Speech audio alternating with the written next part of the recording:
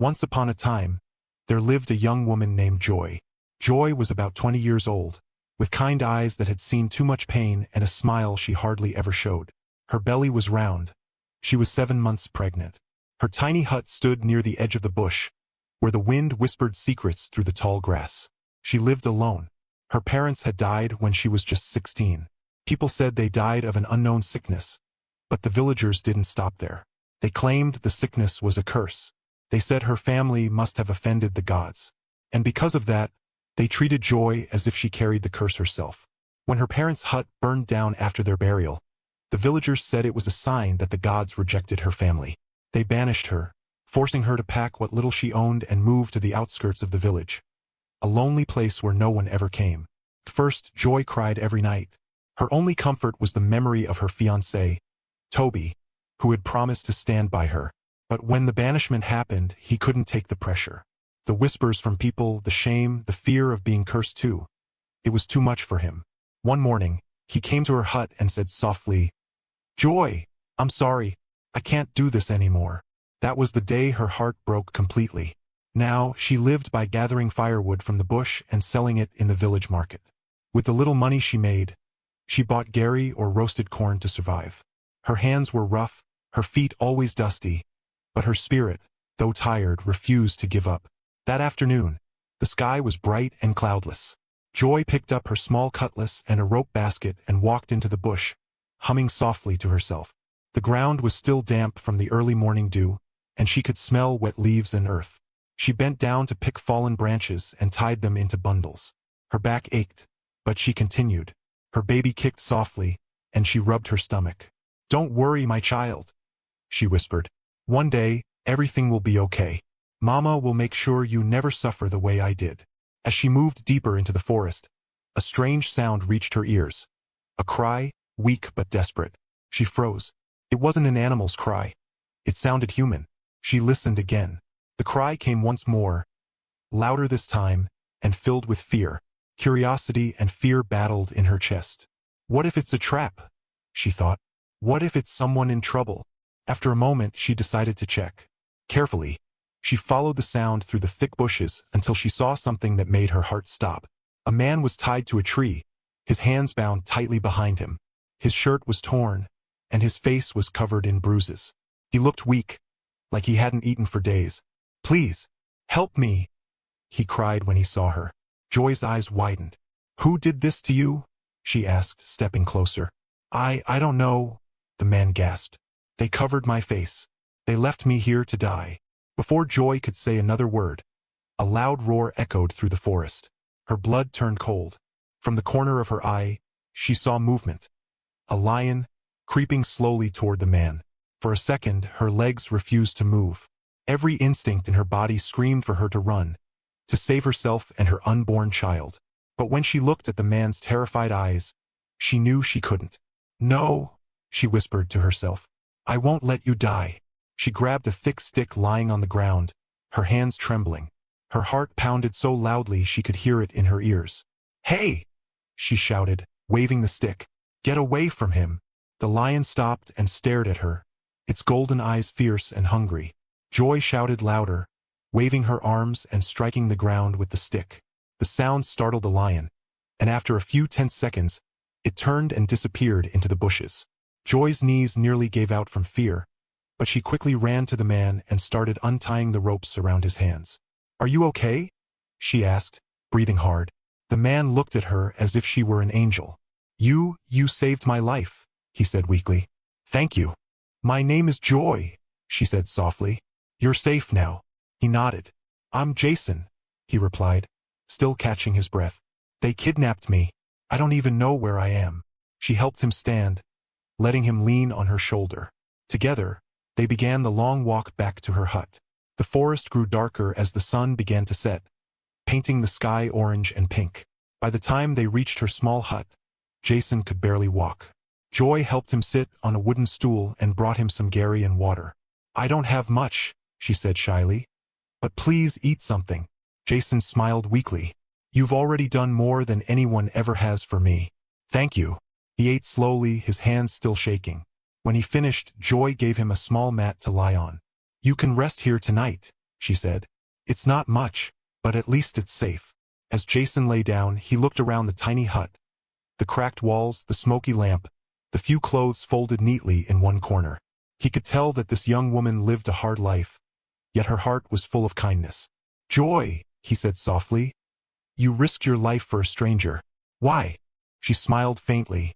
"Because if I had run, I would have hated myself forever. My parents used to say kindness is never wasted. Maybe they were right." Jason stared at her for a while, then whispered, "They were right. You saved me." That night, as the crickets sang outside, Joy lay on her mat beside the fire, unable to sleep. She kept thinking about the man she rescued. Who was he? Why was he kidnapped? And why did the kidnappers leave him there? She turned to look at him. He was fast asleep, breathing peacefully for the first time. She smiled. Maybe saving him wasn't an accident, she thought. Maybe fate brought him here. Her baby kicked again, and she placed a hand on her belly. "Maybe this is the beginning of something new for us," she whispered. Outside, the wind blew softly through the trees, and the moonlight slipped into the hut, bathing Joy's tired face in silver light. For the first time in a long while, she felt a tiny spark of hope, like the first light after a long, dark night. And as she drifted into sleep, she didn't know that the man she had saved would soon change her life forever. The morning light slipped through the cracks of Joy's hut, painting golden stripes across the floor. The air smelled of damp earth and smoke from her small cooking fire. Joy stirred awake, her back stiff from sleeping on the mat. She turned her head slightly. Jason was still sleeping soundly. His chest rose and fell in a slow rhythm, his face peaceful for the first time since she found him. Joy smiled a little. At least he's alive, she thought. She stood, brushed the dust from her wrapper, and stepped outside to wash her face in a small bowl of water. The coolness woke her completely. As she lifted her head, she saw the bush path stretching out into the morning haze. For once, she didn't feel completely alone. A few minutes later, she went back inside to check on Jason. He was awake now, sitting up and rubbing his neck. "Good morning," she greeted softly. He looked up, smiling. "Good morning, Joy. I can't believe I'm still alive. You saved me." She shrugged shyly. "You would have done the same if it were me." He chuckled. "Maybe, but not everyone has your courage." She handed him a small calabash of water. "Drink. You need your strength." He took a sip and sighed. "I need to find my way home. My father must be worried sick." Joy nodded slowly. "The nearest phone booth is in the village square," she said. "If we go there, maybe you can call your family." Jason reached into his pocket, then froze. His face fell. "My wallet's gone. They must have taken it. I don't even have a single naira to make a call." Joy frowned. "I don't have any money either," she said softly. "But we can gather firewood and sell it at the market. We'll make enough for your call." Jason blinked in surprise. "You'd do that for me?" She smiled faintly. "Why not? You're my guest. Besides, we can't just sit here waiting." Jason looked at her for a long moment, then nodded. "All right, let's do it." The sun was already high when they reached the edge of the forest. Jason, though still weak, insisted on helping. Joy laughed as he struggled to cut the branches. "You city people don't know how to work in the bush," she teased. He grinned, wiping sweat from his forehead. "You're right. I've never even held a machete before." "Then today is your first lesson," she said, smiling wider. "Don't worry. I'll teach you." For hours they worked together, piling up dry sticks and broken branches. Jason's hands blistered quickly, but he didn't complain. There was something humbling about this life, the simplicity, the quiet strength of the girl beside him. When they had gathered enough, Joy tied the firewood with rope, balancing the bundle on her head with practiced ease. Jason tried to lift his bundle, but it wobbled dangerously. Joy giggled. "Here, let me help." He watched her steady it with one hand and couldn't help but admire her. She was strong, stronger than most people he knew. Together, they walked toward the market. The market buzzed with life. Women calling out prices, goats bleating, children running between stalls. But the moment Joy stepped in, the noise seemed to fade. People turned to stare. Whispers filled the air like smoke. "That's the cursed girl. She's still alive? And who's that man with her?" Jason frowned. "Why is everyone staring?" Joy lowered her head. "Ignore them," she muttered. "Let's just sell the firewood." But Jason wasn't the kind of man to ignore cruelty. Joy, he said. Why are they calling you cursed? Her steps slowed. She looked away. It's a long story. We have time, he said gently. Joy sighed. When my parents died of sickness, everyone said our family was cursed. They burned our house and banished me. They think I bring bad luck. That's why no one talks to me. That's why I live alone. Jason's chest tightened. That's horrible, he whispered. You didn't deserve that. She gave a small, sad smile. It's okay. I've gotten used to it. Life has been hard, but I've learned to survive. Jason looked around at the people who whispered as if she were a ghost. Anger burned in his stomach. How could they treat her like this? He helped her stack the firewood near a stall, and together they sold it. By afternoon, they had enough money for a phone call, just enough. As they walked toward the phone booth, the villagers stared again. Some even laughed. Look at her, walking with a man.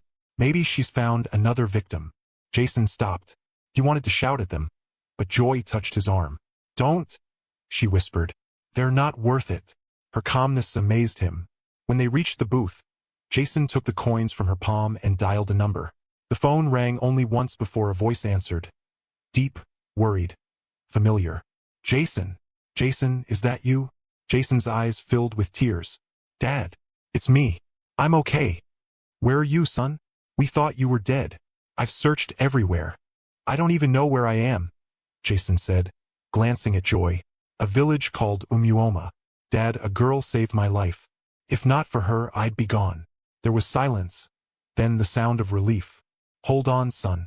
I'm sending help right away. Don't move. Jason hung up, his hands shaking. He's coming, he said, smiling through tears. Joy blinked. That's good. You'll be safe now. You too, he said firmly. You're coming with me. What? No, I can't, she said quickly. The city isn't for people like me. I don't belong there. Jason shook his head. You saved my life, Joy. You deserve a new start. You don't belong here. Not in a place that treated you like this. Before she could argue, a loud rumbling sound filled the air. The villagers screamed and scattered. The ground trembled slightly. What's happening? Joy asked, eyes wide. Jason's smile grew. That's my dad. A helicopter appeared in the sky, its blades cutting through the air like thunder. It circled once before landing right in the middle of the village square. The villagers had never seen such a thing before. They ran closer, covering their ears from the noise, their mouths hanging open. From the helicopter stepped a tall man in a suit, older, with silver hair and tears in his eyes. Jason, he shouted. Dad. Jason ran to him and they embraced tightly. Mr. Adelik held his son like he would never let go. I thought I lost you, he said, voice breaking. Jason pointed toward Joy. Dad, this is Joy. She's the one who saved me. Mr. Adelik turned to her, his eyes full of gratitude. He stepped forward and took her hands gently. My dear, thank you. You saved my son's life. I owe you everything. Joy bowed her head shyly. I only did what anyone would do, sir. Not anyone, he said softly. Only someone with a brave heart. The villagers whispered among themselves again, but this time their tone had changed. Is that a helicopter? She saved the rich man's son? So she's not cursed after all? Mr. Adelik turned to his son. Come, Jason. Let's go home. But Jason didn't move. He looked at Joy. She's coming with us. Joy froze. Jason. No, he said firmly. You're not staying here. There's nothing for you in this place. In the city, your baby will have a better life. Please, come with me. Mr. Adelik nodded in agreement. You'll be safe with us, my dear. Joy looked around at the villagers who had once mocked her, the same people who now watched with awe. Tears welled up in her eyes. She placed a hand on her belly. Maybe. This is what destiny looks like, she whispered. Jason held out his hand. She took it. Together, they climbed into the helicopter. As the blades began to spin again, the villagers stepped back, shielding their faces from the dust. From above, Joy looked down at the only home she had ever known. The small huts, the dusty roads, the people who had called her cursed. Tears rolled down her cheeks, but this time they weren't from pain. Jason squeezed her hand. It'll all be fine, he said softly. She smiled through her tears. I believe you. The helicopter rose higher into the sky, leaving the village far behind. Joy looked out at the endless stretch of land below, The rivers, the forests, the glowing horizon. For the first time, she felt free. And deep inside her heart, she knew that her life, and her baby's life, was about to change forever. The wind roared outside the helicopter as it soared above the clouds. Joy sat quietly beside Jason, clutching her small bag, the only thing she owned in the world. Below her, the village of Umuoma grew smaller and smaller until it disappeared completely. She had never flown before. Everything felt unreal. The sound of the spinning blades, the way her heart raced, the cold air brushing her cheeks. She looked out the window and gasped softly. The world below looked like a painting, green forests, winding rivers, and golden fields stretching as far as her eyes could see. Jason smiled when he saw her amazement. "You're safe now," he said gently. "No one will ever call you cursed again." Joy turned to him, her eyes still wet. "Thank you, Jason. You didn't have to do this." He shook his head. "I had to.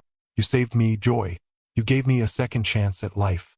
The least I can do is give you one too." She smiled shyly and looked back out the window. Her hand rested on her round belly. "Maybe my baby will be born into a world that's kinder than the one I've known," she whispered to herself. Jason heard her and smiled quietly. It took nearly an hour before the helicopter began to descend. Joy peered through the window and gasped. Below them stretched a massive estate surrounded by tall fences, gardens, and a sparkling water fountain shaped like an angel. The main mansion looked like something out of a dream. White marble walls, shining glass windows, and a roof that seemed to touch the sky. When the helicopter landed, uniformed guards rushed forward. One opened the door for Mr. Adelik and Jason, bowing slightly. Another helped Joy out carefully. Joy's feet touched the ground and she froze. The compound was so big she could barely see the end of it. The air smelled of flowers and expensive perfume, and the driveway glittered with fancy cars. Cars she had only seen in magazines. Jason smiled when he noticed her shock. "Welcome home, Joy." "Home?" she whispered. "You mean, I'm going to live here?"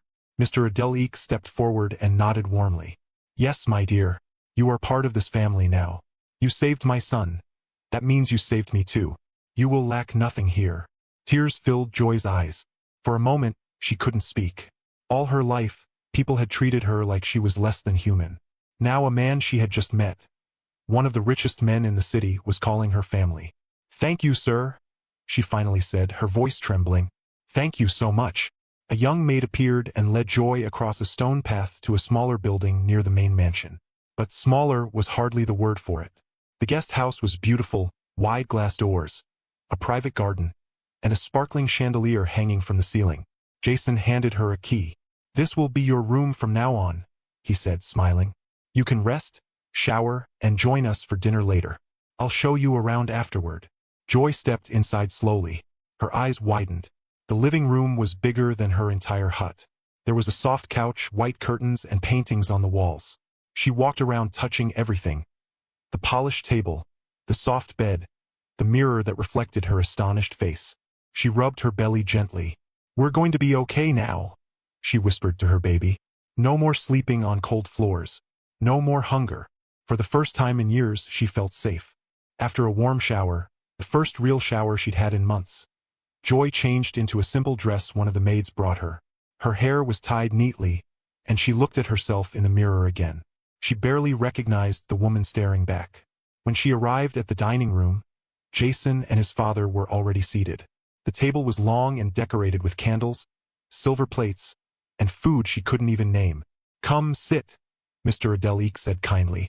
Joy sat carefully, afraid she might touch something wrong. Jason smiled reassuringly at her. As they ate, Jason began to tell his father everything.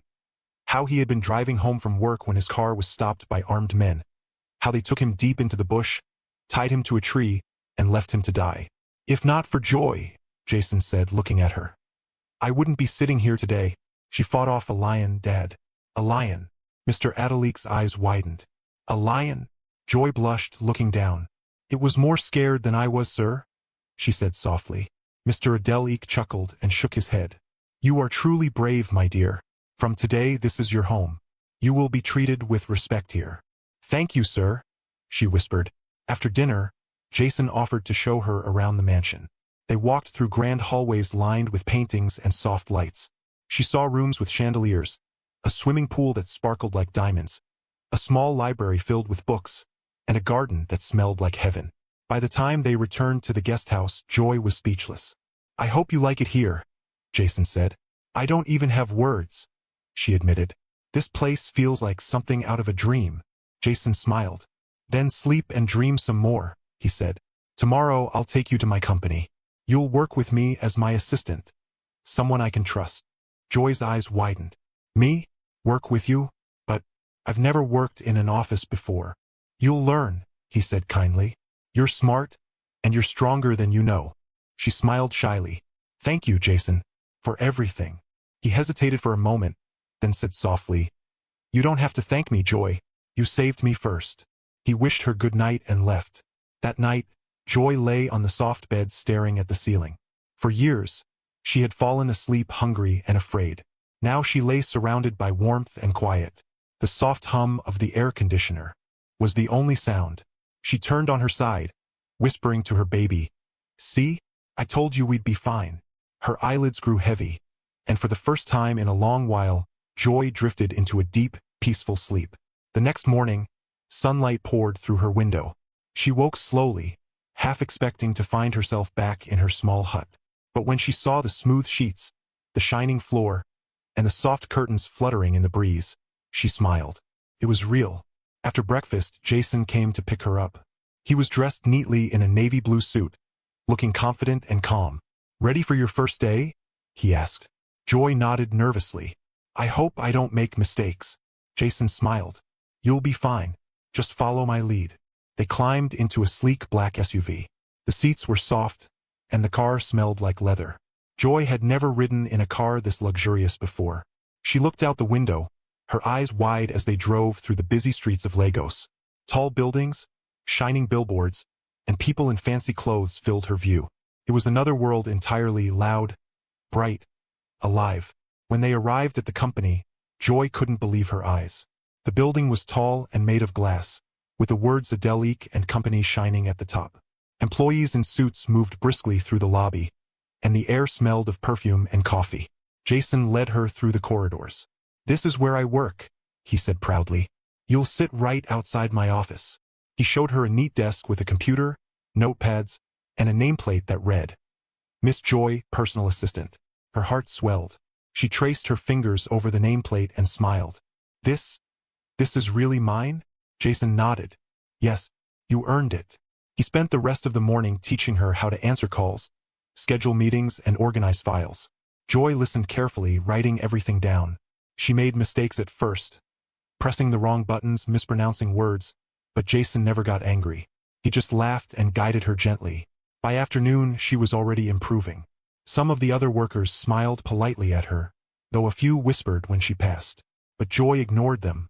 She had faced worse. When the day ended, Jason walked her to the car. "You did great today," he said. Joy smiled proudly. "I was nervous, but it wasn't so bad." He laughed softly. "Told you so." As they drove home, Joy looked out at the sunset. The city lights began to glow, and her reflection in the window smiled back at her. For the first time in her life, she felt like she truly belonged somewhere. Not as the cursed girl, not as the outcast, but as a woman who had found purpose. That night, she stood by her window, staring at the stars above the city. Her heart was full of gratitude. Life had changed so suddenly, so beautifully, that she still couldn't believe it. She closed her eyes and whispered a prayer. "Thank you, God. Thank you for Jason. Thank you for giving me another chance." And as she lay down to sleep, her baby kicked gently, almost as if to say, "We made it, Mama." The days that followed were like something out of a dream for Joy. Each morning, she woke up in her cozy guest house, took a warm shower, and dressed neatly in one of the simple but elegant clothes the maids helped her pick out.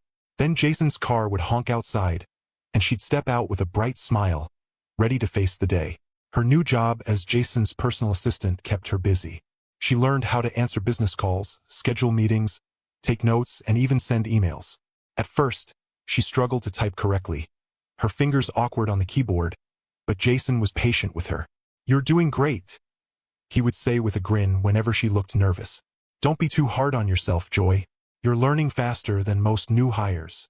Every word of encouragement made her heart flutter. In the office, Jason's staff quickly noticed how close the two had become. Joy's desk was right outside his glass office, so everyone could see them working together. Talking, laughing, sometimes even sharing lunch. Soon, whispers started. "She's so lucky," one of the secretaries murmured one afternoon. "Can you imagine being the personal assistant to the boss himself?" "Lucky?" another replied with a sneer. "She's just a village girl who got in through sympathy. Everyone knows she's the one who saved him in the bush. That's why he brought her here." Joy heard the whispers sometimes when she passed through the hallway, but she didn't react. She had learned long ago that silence was stronger than anger. Besides, she had bigger things to think about, like making sure Jason's schedule was always perfect and his coffee always exactly how he liked it. 1 spoon of sugar, 2 spoons of milk, and no cream. Every lunch break, Jason would invite her to join him. They'd eat together in the company cafeteria, laughing over random things, stories from his childhood, funny incidents in the office, or memories from her village. "You actually sold firewood?" Jason asked one afternoon, looking amazed. Joy nodded, smiling faintly. "That's how I survived. It wasn't easy, but it taught me not to give up." He looked at her for a moment, his expression soft. "You're stronger than you realize, Joy. I've met people with everything in life who still complain. But you had nothing and still found reasons to smile." Joy blushed. "I guess I just learned that complaining doesn't change anything." Jason chuckled. "Maybe I need to learn that from you." She laughed, and for a moment the world felt light. But not everyone was happy about Joy's growing closeness with Jason. One person, in particular, couldn't stand it: John, the son of Mr. Femi, who was Jason's father's business partner. John was tall, confident, and proud, the type of man who thought the world revolved around him. He had always assumed he would one day take over the company. So when Jason brought in a girl from the village and made her his assistant, it bruised his ego deeply. "Who does she think she is?" he muttered one day to his friend in the corridor. "She doesn't belong here. This is a corporate company, not a charity home." His friend tried to calm him down, but John's anger only grew each day. One afternoon, Joy went to the office kitchen to make Jason a cup of coffee. She hummed softly as she stirred the sugar and milk together. The air smelled of roasted beans and cinnamon. Suddenly, the door creaked open, and John walked in. He leaned casually against the counter, his eyes cold. "Look who we have here," he said, his voice dripping with sarcasm. "The village girl who thinks she's the queen of the company." Joy turned slowly, her expression calm. "Good afternoon, Mr. John." He smirked. "So polite. Tell me, Joy, what's your secret? How did you convince Jason to hire you? Or maybe—" He stepped closer, lowering his voice. "He hired you for other reasons." Joy's stomach twisted in anger, but she didn't show it. "I got this job because I saved his life," she said evenly. "And because I work hard." John chuckled. "Work hard? You don't belong here, Joy. You're just a charity case. Don't get too comfortable. People like you never last in places like this." She turned to face him fully now, her voice steady. "With all due respect, Mr. John, you don't get to decide who belongs here. I'm just doing my job." He stepped closer until his tall frame towered over her. "I'd watch my back if I were you," he said quietly. "You don't know how things work here." The air in the kitchen grew tense. Joy's heart pounded, but she stood her ground. Just then, the door opened again. Another staff member walked in to get water, and John quickly stepped away, pretending to check his phone. Joy ignored him, finished preparing the coffee, and walked out calmly, her head held high. When she entered Jason's office, he noticed her quietness immediately. "Everything okay?" he asked, taking the coffee from her. She hesitated for a moment before nodding, but Jason could see something was wrong. "Joy," he said gently, "you know you can talk to me, right?" She sighed softly and told him what had happened in the kitchen. Every word, every insult. Jason's eyes darkened. "He said that to you?" She nodded. "Please don't do anything rash. I don't want any trouble." Jason leaned back, his jaw tightening. He crossed a line. "I'll handle it." The next day, Jason called John into his office. The conversation was short but intense. "Stay away from Joy," Jason said firmly. "She works here because she's capable and because I trust her. If I hear you've harassed her again, I'll make sure you're suspended." John forced a fake smile. "Of course, Jason. I didn't mean anything by it." But inside he was furious. That evening, as the office lights dimmed, Joy packed her bag and waited for Jason. They often left together, sharing quiet drives home filled with laughter and music. As they stepped outside, the city lights flickered across the glass windows, painting the night with gold. "Are you sure you're okay?" Jason asked again. Joy smiled softly. "I'm fine now. Thank you for standing up for me." He looked at her for a moment, then said quietly, "You don't ever have to face anything alone again." Her heart skipped. "Thank you," she whispered. They stood there for a moment, just watching the city together. Two souls from different worlds, somehow finding comfort in each other's company. Over the next few weeks, things began to feel normal again. Joy threw herself into her work, and Jason continued to support her. They became a strong team, efficient, focused, and inseparable. On Fridays, they'd sometimes stop by a nearby park after work. They'd sit by the fountain, share ice cream, and talk about everything: life, dreams, and even the future. "Do you ever miss the village?" Jason asked one evening. Joy smiled faintly. "Sometimes. But then I remember how lonely I was there, and I'm grateful to be here instead." He nodded. "I'm grateful too," he said quietly. "Because if you hadn't been there that day, I wouldn't be alive." Their eyes met, and for a moment the world went still. Joy felt her chest tighten, a warm flutter spreading inside her. But she quickly looked away, her cheeks pink. "You should rest more, Jason. You work too much," she said, trying to change the topic. He laughed softly. "Only if you promise to take care of yourself too." She smiled. "Deal." That night, as she sat by her window at the guest house, Joy thought about everything that had happened. The whispers, John's threats, Jason's kindness. Life in the city wasn't easy, but it was teaching her something new: how to be strong without losing her heart. She looked up at the stars and whispered, "Thank you, God, for giving me courage, and for sending someone who sees me for who I am." Her baby kicked gently and she smiled. "We're doing okay, aren't we?" she whispered to her belly. "We're finally okay." The city was quiet that night. A cool breeze swept through the mansion, carrying the soft scent of roses from the garden below. The stars glimmered faintly above, and the moonlight washed the balcony in silver. Joy stood by the railing, staring out at the endless lights of Lagos. From up here, the world looked peaceful, almost unreal. She wrapped her arms around herself, feeling the gentle weight of her growing belly. It had been a long day at work, but her mind was too full to sleep. Behind her, the glass door slid open. "You're still awake," Jason said softly, stepping out with 2 mugs of warm milk. Joy smiled and took the one he offered. "Thank you. I couldn't sleep." He leaned on the railing beside her. "Me neither. My head's full of tomorrow's meetings." They both laughed quietly. For a moment, silence settled between them, comfortable and calm. The city lights reflected in Jason's eyes, and Joy found herself staring longer than she meant to. "You ever think about how crazy life can be?" Jason asked, breaking the silence. She looked at him curiously. "What do you mean?" "One day, I'm tied to a tree in the middle of nowhere," he said with a half-smile. "And the next, I'm standing here beside the woman who saved me. The same woman everyone once called cursed." Joy laughed softly, shaking her head. "When you put it like that, it does sound crazy." He turned to face her. "I think it's fate." Her eyes met his. "Fate? Yes." He nodded slowly. "I've thought about it a lot. Why you were in that forest that day, why you didn't run when you saw the lion, why you helped a complete stranger. It's like everything that happened was meant to happen." Joy looked away, her heart fluttering. "Maybe it was," she said quietly. "But sometimes I wonder why fate had to be so hard before it became kind." Jason sighed. "Maybe because it was shaping you into the woman you are now." She turned back to him, surprised. "And what kind of woman is that?" He smiled, his voice gentle. "Strong, brave, beautiful." Her cheeks warmed, and she looked down, pretending to sip her milk. "You always know what to say, don't you?" He chuckled. "Only when I mean it." They both stood there for a while, watching the night sky. Down below, the sound of crickets blended with the distant hum of traffic. Jason leaned closer.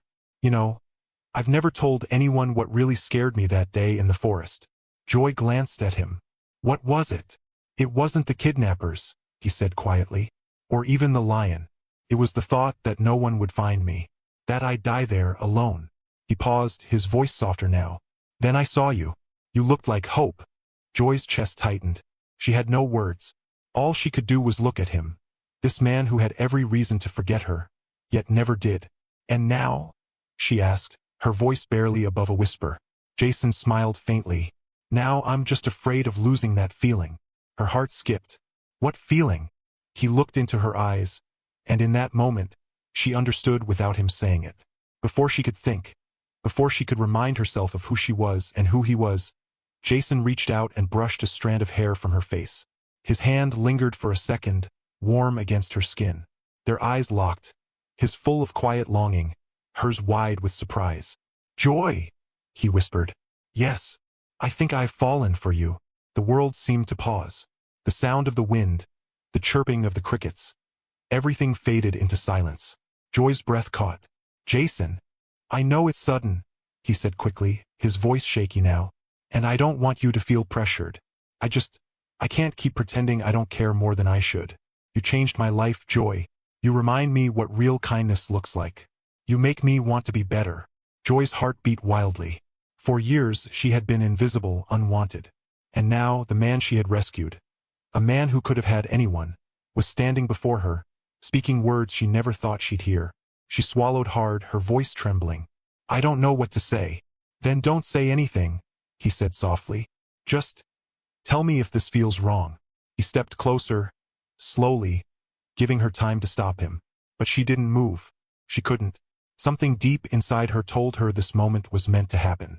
Their faces were inches apart now. She could feel his breath, warm and gentle. Her heart raced so fast she thought it might burst. And then he kissed her. It was soft at first, almost unsure. Then it deepened, gentle, warm, full of everything words couldn't say. Joy froze for a second. Then her eyes fluttered closed. She felt safe, seen, loved. When they finally pulled apart, both of them were breathing fast. Jason looked at her, his voice barely a whisper. I'm sorry. I shouldn't have. Joy shook her head quickly. Don't be. Her voice trembled. It just surprised me. He smiled nervously. It surprised me too. For a long moment, they just stood there, the night wind swirling around them. Then Joy looked away, her thoughts spinning. Jason, I don't want to be another story where the poor girl falls for the rich man and gets hurt. He stepped closer again, his tone serious. This isn't a story, Joy. I don't care where you're from. I just care about you. Her eyes softened. I care about you too, she admitted quietly. Jason's smile returned, slow and tender. Then that's all that matters. He leaned down and pressed a small kiss to her forehead, soft and full of promise. Good night, Joy, he whispered. Good night, Jason, she replied, her voice trembling but full of warmth. He turned and walked back inside, but Joy stayed on the balcony, her heart racing, her lips tingling, her mind spinning with everything that had just happened. She placed a hand on her belly and smiled. Looks like life had one more surprise for us, she whispered to her baby. The moonlight shimmered on her face, and for the first time in her life, she didn't feel like the cursed girl anymore. She felt like someone who was finally learning what love truly meant. The morning after the kiss felt strange. Not bad, just new. Joy woke up with a flutter in her stomach that had nothing to do with her pregnancy. Every time she remembered the way Jason's lips had brushed hers under the moonlight, her heart skipped. At breakfast, she tried to act normal. Jason was there too, reading a file while sipping his coffee.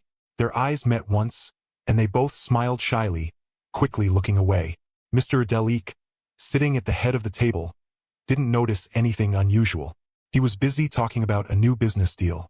Jason, we need to review that partnership contract with Femi Enterprises, he said. Jason nodded. Yes, Dad. I'll go through it again today. Joy froze for a moment. Femi Enterprises. That was John's father's company. She remembered John's arrogant smirk, the way he had threatened her. Something about the name made her uneasy, though she didn't know why. After breakfast, Jason drove them both to work. The ride was quiet, comfortable, but filled with thoughts neither of them could put into words. At the office, the day started as usual. Joy went through the schedule, booked meetings, and made coffee for Jason. He smiled when she brought it in, their fingers brushing slightly as she handed him the cup. But beneath the peaceful rhythm of work, something darker was brewing. Around evening, when most of the staff had gone home, Jason stayed behind to finish an urgent report. You can head home, Joy, he said gently. It's getting late. She shook her head. I'll stay. You shouldn't work alone. He smiled softly. You're too good to me. Someone has to make sure you eat, she teased. heading toward the office kitchen. The hallway was quiet. The only sounds were her footsteps and the distant hum of the air conditioner. As she walked past John's office, she noticed the door was slightly open, light spilling through the crack. She hesitated. Part of her wanted to ignore it. After all, she didn't want another confrontation. But then she heard a voice. "Dad, we can't wait any longer," John was saying. Joy froze. She moved closer, careful not to make a sound. On the speakerphone, she heard an older man's voice, deep and cold. "We should have finished the job months ago. That boy was supposed to die in that forest. How did your men fail?" Her blood ran cold. "The forest?" She pressed her back to the wall, her heart pounding. John hissed. "I don't know. Someone interfered, some village girl. But we can't make the same mistake twice. We'll hire someone else to take him out quietly. No one will ever suspect us." Joy's hands flew to her mouth to stop a gasp. They were talking about Jason. Her knees trembled. She listened harder, tears stinging her eyes. The older man continued. "Do it soon. If Adelique finds out we tried to get rid of his son, we're finished. I want everything to look like an accident this time." "I understand," John said. "I'll handle it." Joy couldn't take it anymore. She turned and hurried down the hallway, her heart racing like thunder. By the time she reached Jason's office, she was breathless. He looked up, startled. "Joy? What's wrong?" She closed the door quickly and leaned against it. "Jason, I heard something." He stood. "What happened?" She swallowed hard, trying to steady her voice. "It's John. I was passing by his office. He was on the phone with his father. They were talking about you. Jason, they were the ones who kidnapped you." Jason blinked, stunned. "What?" "I heard it clearly. They said they meant to kill you in the forest. They're planning to try again soon." For a moment, Jason just stared at her, trying to process it. Then his expression hardened. "We need to leave. Now." He grabbed his car keys and her hand, pulling her toward the elevator. "But what about your father?" Joy asked as they hurried out. "We'll tell him everything when we get home," he said firmly. "It's safer there." The drive home felt endless. The roads blurred past, and the only sound was the steady beat of Jason's fingers against the steering wheel. Joy sat beside him, trembling. "Are you sure about what you heard?" he asked quietly. "Yes," she said, tears spilling down her cheeks. "I wish I wasn't, but I am." Jason's jaw tightened. "I trusted John's father. They've worked with us for years. How could they do this?" "Because greed doesn't care about friendship," Joy said softly. He glanced at her, a mix of anger and gratitude in his eyes. "You just saved my life again, Joy." When they reached the mansion, Mr. Adelique was still in his study, going through files. He looked up in surprise as they burst in. "Jason? Joy? What's going on?" Jason didn't waste time. He told him everything, the phone call, the plan, the truth about the kidnapping. Mr. Adelique's face paled. For a moment he said nothing. Then he slammed his hand on the desk. "Those traitors. I trusted that man with everything." Joy stepped forward. "Sir, please don't panic. Jason's safe now. But we have to act fast before they try anything again." Mr. Adelique nodded, breathing heavily. "You're right. I'll call Inspector Collins first thing in the morning." "No, Dad," Jason said quickly. "Call him now." Within an hour, police vehicles arrived quietly at the mansion. Inspector Collins, a tall man with sharp eyes, took their statements carefully. "So you overheard them discussing another attempt?" he asked Joy. "Yes, sir," she replied. "They mentioned hiring another man to finish what they started." The inspector nodded. "We'll handle this discreetly. I'll have my team set up surveillance in John's office tomorrow. If what you say is true, we'll get all the proof we need." Jason turned to Joy, his eyes soft. "You've saved me twice now. I don't even know how to thank you." She smiled faintly, her voice low. "Just stay safe. That's thanks enough." The next morning, Inspector Collins and his team went to the office early. They installed hidden cameras and recording devices in John's office and car. Jason went about his day as usual, pretending nothing had happened. Joy did too, though every sound made her flinch. By afternoon, the inspector called. "We've got it," he said. "They're caught. John just confirmed the plan on the phone with his father. We have full audio." Jason let out a long breath of relief. Thank God. Within hours, John and Mr. Femi were arrested. The news spread quickly through the company. The partnership dissolved overnight, and everyone whispered about how the Adelique family had narrowly escaped betrayal. When Jason came home that evening, Joy was sitting on the couch, her hands clasped tightly. He smiled softly as he walked over. "It's over," he said. "They confessed everything." Tears filled her eyes. "I can't believe it." He sat beside her, gently taking her hand. "You were so brave, Joy. I don't know what I'd do without you." She smiled faintly. "You'd probably still be alive, but a little less safe," she joked softly. He laughed, then grew quiet. "No, Joy. I mean it. You're more than just my assistant. You're my miracle." Her cheeks warmed, and she looked down, smiling. "Maybe I was just meant to be there for you." He leaned closer. "And I'll always be here for you too." Their hands intertwined, warm and steady. Two hearts bound by fate, no longer broken by fear. Outside, the night was calm again, and for the first time in a long time Joy felt peace. The danger was over, the shadows gone. And somewhere deep inside, she knew this wasn't the end of their story. It was the beginning of something even greater. The morning of the court hearing felt heavy, like the sky itself was holding its breath. Joy dressed slowly in a simple lilac gown the maids had ironed for her, smoothing the fabric over her round belly. Every now and then, the baby kicked as if to remind her, "I'm here, Mama. I'm strong." Jason knocked softly on her door. "Ready?" She turned and smiled. "As I'll ever be."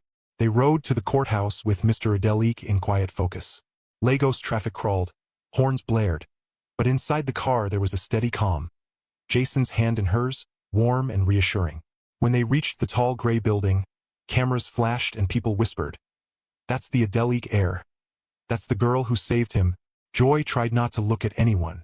She kept her chin lifted and walked beside the men who had chosen her as family. Inside, the courtroom was cool and serious. The judge's bench loomed at the front. The polished wooden seats were filled with curious faces. John sat in the defendant's box, his proud jaw clenched, and beside him, his father. When their eyes met Joy's, something in her chest tightened. Not fear. Not anymore. Just a quiet sadness for people who let greed make them small. The prosecutor presented the evidence first. Clear audio recordings, bank transfers to hired men, messages that spelled out a plan made in shadows. Inspector Collins sat near the front, his expression steady. Every detail confirmed what Joy had overheard in the corridor. When they called her to testify, Joy stood, heart thumping. She walked to the witness stand, placed her hand on the Bible, and promised to tell the truth. Jason's eyes followed her, full of pride and tenderness. "Miss Joy," the prosecutor asked gently, "can you tell the court, in your own words, what you heard that night outside Mr. John Femi's office?" Joy swallowed, breathed in, and spoke. Her voice didn't shake. She told them about the open door, the speakerphone, the cold way the men had discussed finishing the job, and how they had mentioned the forest like it was just a detail, not the place where a life could end. She described the fear in her body, then the choice to run, not away but toward the one person who needed to know. When she finished, the courtroom was very quiet. The defense tried to twist her words. "You're a village girl," the lawyer said slickly. "Are you sure you understood what you heard?" Joy met his gaze. "I'm a woman who has survived things you only see in movies. I know what I heard, and the recordings prove it." A soft murmur rippled through the room. By afternoon, the judge returned with the verdict. On charges of conspiracy, attempted murder, and kidnapping, this court finds the defendants guilty. The wooden gavel struck, firm and final. Both defendants are hereby sentenced to life imprisonment. For a moment, Joy did not breathe. Then she felt Jason's hand squeeze hers, and she exhaled a long, trembling sigh. It was over. The danger that had chased them from the bush to the boardroom was finally, truly over. They stepped outside to a burst of afternoon sunlight. Reporters shouted questions, microphones stretched forward, but Inspector Collins formed a shield, guiding them to the car. Joy's shoulders loosened as the city swallowed the courthouse behind them. "That was brave," Jason said softly. Once the doors shut and the noise faded, she smiled tiredly. "I wasn't scared of them anymore." "You were never just brave," he murmured. "You were light in a dark place." Joy turned to the window, blinking back happy tears. Her belly tightened. Not a kick this time, a slow rap of pressure like a belt being pulled. She breathed through it. The pressure eased. She said nothing. Traffic moved, slow and sticky. Joy rolled her shoulders. Another squeeze. Longer. Stronger. "Jason," she whispered, holding the seat belt. I think I think it's time. He jerked forward. What now? She nodded, half laughing, half gasping. Now. In a heartbeat he was a different man, urgent, focused. Dad, hospital. Now. Cars and buses and Kiki buzzed. But somehow the black SUV slipped through, siren-free and determined. Joy's fingers gripped Jason's. He wiped her forehead with a handkerchief, whispering, You're okay. You're okay. I'm here. Breathe with me. They inhaled together, slow and steady, like waves rolling onto a shore and back again. At the hospital entrance, nurses met them with a wheelchair. How far along? One called, already checking her pulse. 39 weeks, Joy managed, then winced as another contraction climbed and broke. Let's go. Maternity ward, the nurse shouted. They rolled her through pale corridors and into a bright delivery room. The air smelled clean and sharp. Nurses buzzed like angels in sneakers. A midwife introduced herself. I'm Nurse Kalechi. I've got you. And placed a cool palm on Joy's belly. Baby's eager. We'll meet her soon. Her? Joy blinked. No one had told her the gender. For a second, the fear melted into wonder. A daughter. Jason stood at her side in hospital scrubs they'd thrown at him, his hairnet slightly crooked. He looked both terrified and in awe. I'm not going anywhere, he said, locking his fingers through hers. The contractions grew stronger, then stronger again. They rose like mountains and broke like storms. Joy tried to ride each one, breathing the way Nurse Kalechi showed her, letting the sound of her own strength fill the room.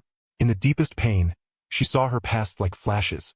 The firewood bundles, the whispers of cursed girl, the lion's golden eyes, and over all of it, the kiss on the balcony, soft as a promise. She wasn't alone. Not anymore.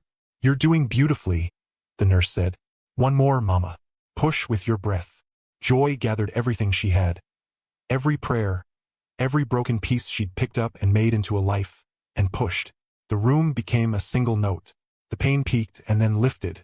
A cry split the air. Thin, fierce, alive. Congratulations! Nurse Kalechi laughed, lifting a tiny, wriggling body. It's a girl. Joy sobbed and laughed at once. Jason's eyes filled faster than he could blink. The nurse placed the baby on Joy's chest, and time stopped.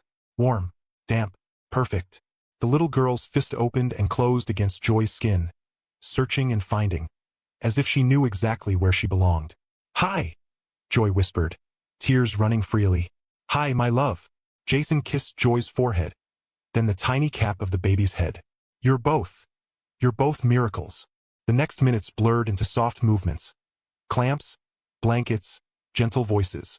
Someone asked Jason if he wanted to cut the cord. His hands shook, but he nodded. Snip. The thin line that had tied inside and outside together became two lives in one room.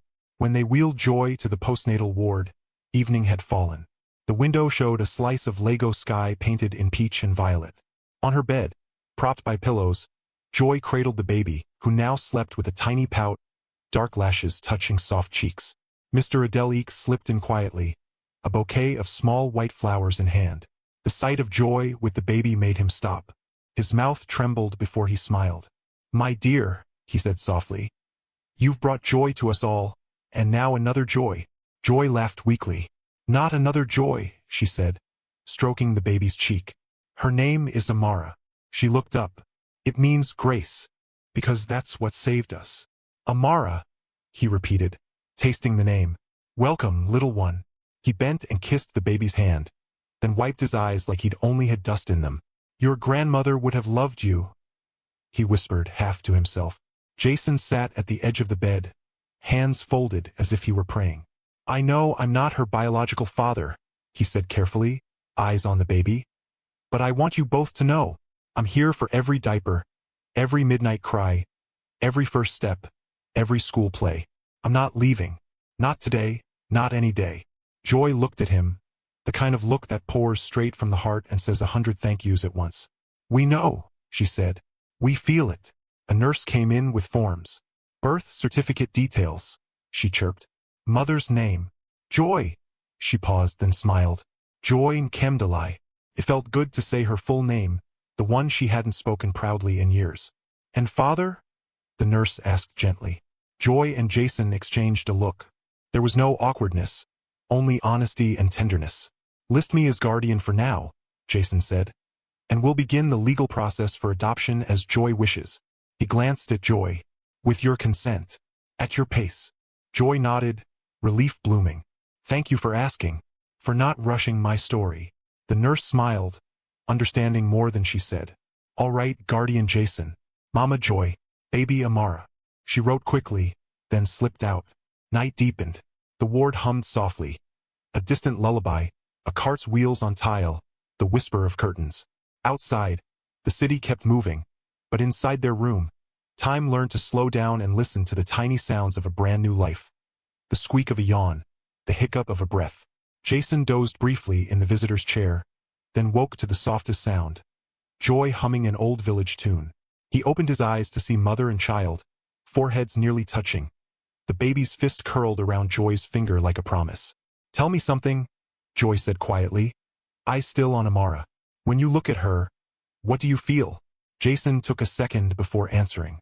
Like the day I thought my life was over, and the sun rose anyway. Joy smiled at that. Me too. He shifted closer. I know today was heavy, court verdict, everything. But when she cried and you held her, it felt like the weight rolled off and turned into light. Joy giggled, tired but happy. You're getting good at poetry, Mr. Adelik. I had the best teacher, he said, tapping his chest. Life. And you. A soft knock sounded. A hospital chaplain peeked in, asked if they wanted a brief prayer for the baby. They nodded, and he stepped in, words gentle and warm, blessing the child, the mother, the home she would go to. When he left, the room felt somehow fuller, like it had been wrapped in a kindness that would stay. Later, when the nurses took Amara for a quick check, Joy leaned her head on Jason's shoulder. The ache in her body pulsed, but it felt like a good ache, the kind that comes after winning a race you thought you couldn't finish. Do you think she'll ever hear the things they used to say about me? She asked softly. She'll hear what we tell her, Jason replied. And we'll tell her the truth. That her mother was brave, and kind, and stronger than any lie. Joy closed her eyes, a tear slipping free. That's the story I want for her. He squeezed her hand.